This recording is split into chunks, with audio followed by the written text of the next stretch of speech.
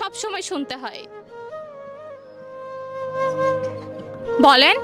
আমার তো আম্মুই নাই আপু।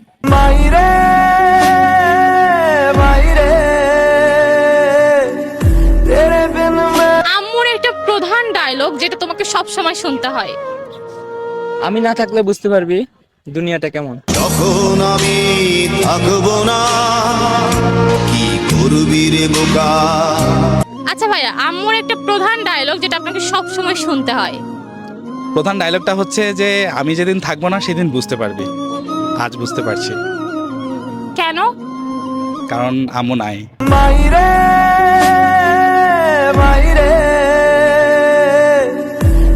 সো আপু, আম্মুর একটা প্রধান ডায়লগ যেটা তোমাকে প্রত্যেক দিন শুনতে হয়।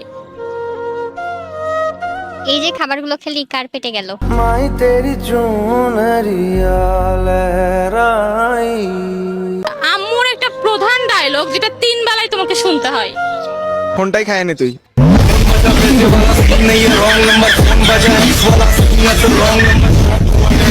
আচ্ছা ভাইয়া, মায়ের একটা প্রধান ডায়লগ যেটা আপনাকে সব সময় শুনতে হয়।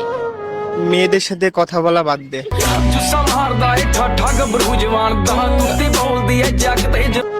সো ভাইয়া, আম্মুর একটা প্রধান ডায়লগ যেটা আপনাকে 3 বেলায় শুনতে হয়। আম্মু বলে ফোন ছাড়া কি আর কিছু নাই, ভবিষ্যতে তো ভ্যান চালাই খাইতে হবে। রিস্কা চালাই আমি, অহনে রিস্কা চালাই ঢাকা শহরে। আম্মুর একটা প্রধান ডায়লগ যেটা তোমাকে প্রত্যেক দিন শুনতে হয়।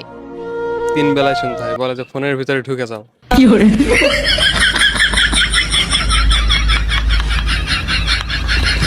আম্মুর একটা প্রধান ডায়লগ যেটা তোমাকে প্রতিনিয়ত শুনতে হয়। ফোনটাকে একটু শান্তি দে।